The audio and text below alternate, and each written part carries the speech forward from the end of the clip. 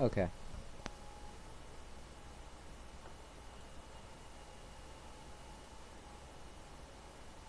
So I'm going to show you how to set up our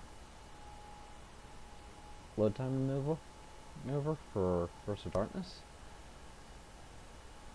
So I have the game loaded, and you can see in the top left I have the executable. So when I go through that door, it shows just the loading.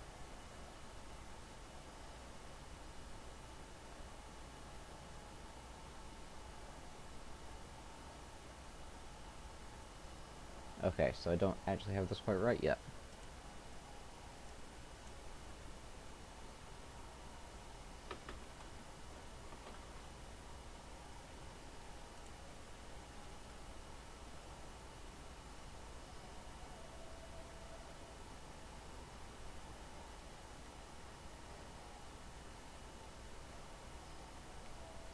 Otherwise,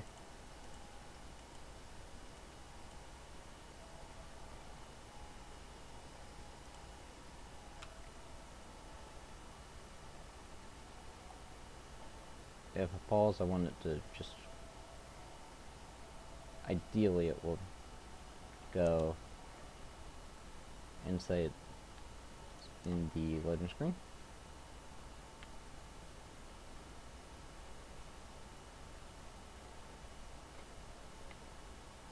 But I also want to check here because I don't want it to. The first little one's okay, it's fine.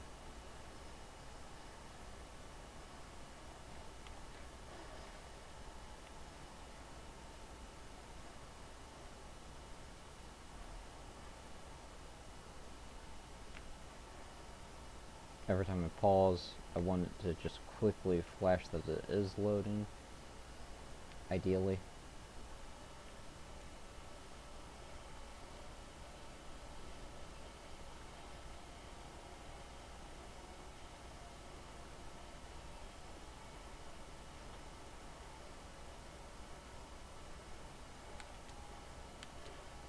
Alright.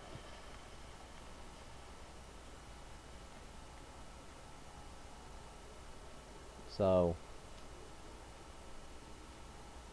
I can't tell you any of the numbers you're going to need to use because it's going to be different depending on what version of the game you're playing, how you have your screen set up,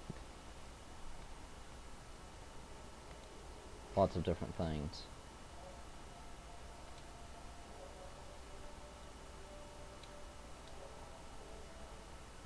So 1850 currently looks like for me the load screen threshold seems to be okay.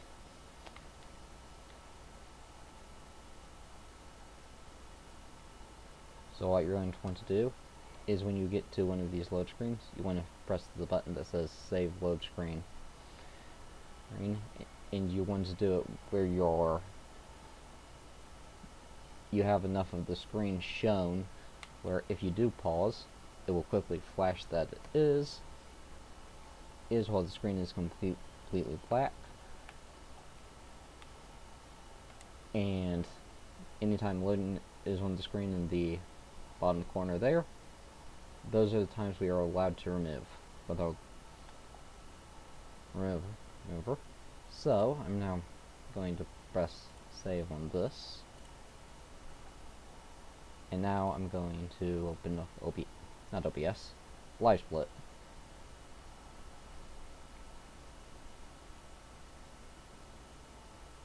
Maybe. Alright. So I have split for the game.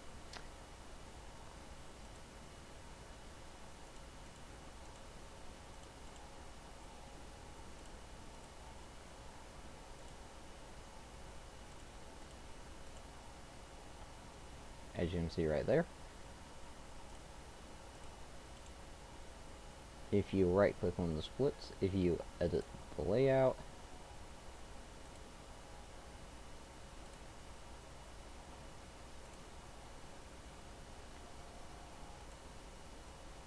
get the layout editor, and in the layout editor you can see I have this thing called scriptable auto splitter. So we're then going to press layout settings.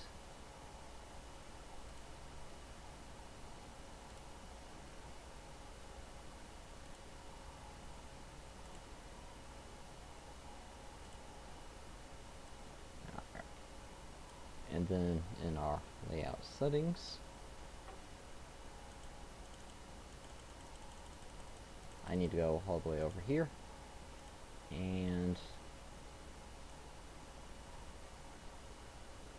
you're going to want to have the ASL file of the video alert remover saved into your live splits folder, which I have mine saved in my program files.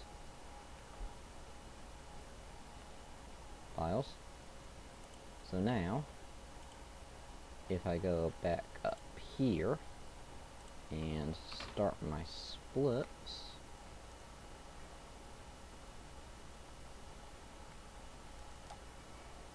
the top number should pause while the game is in a loading screen, which it looks like it is.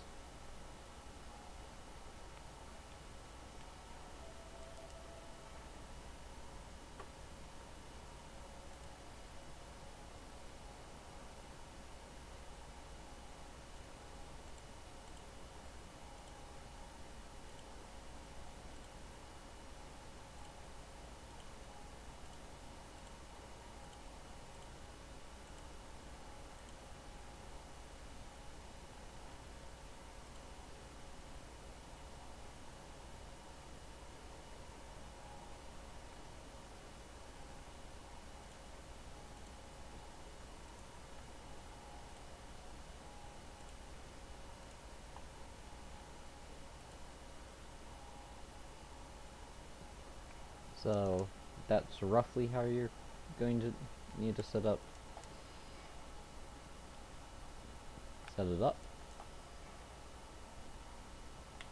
And there are a few places in the game that are a bit dark, like when you first enter this room, which is why we want more of the screen to start with, so we try not to have it stopped while it's just dark, and so it doesn't stop where it's not supposed to, which is why we say your timer needs to be visible the entire time if you're going to use it.